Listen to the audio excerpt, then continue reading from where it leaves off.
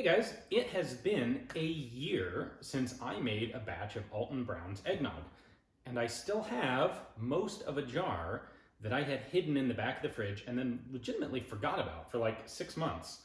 You can even see right there. I have dated it. September 2nd I made this. It is now September 2nd, so I'm going to try this out. Make sure it's separated all. I heard extremely good things. I read extremely good things on the internet about the aging properties of Alton Brown's eggnog recipe. It certainly smells good. Presumably, there is enough sugar and alcohol in it. Enough sugar and alcohol to preserve it for, well, I saw people talking about like many years. So let's see.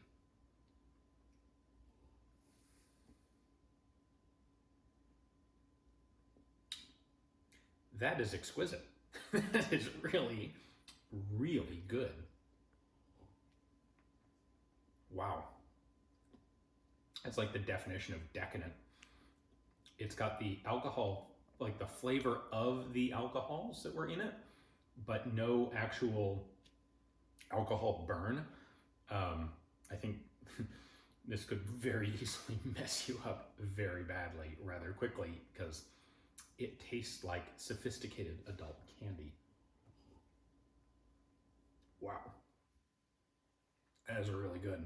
If you're looking for something special for Christmas or New Year's this year, right about now is a good time to make a batch of this because it'll be sufficiently aged to be pretty darn good for Christmas, New Year's, winter holidays. But man, if you make some, set aside a bunch of it and leave it for a while because that got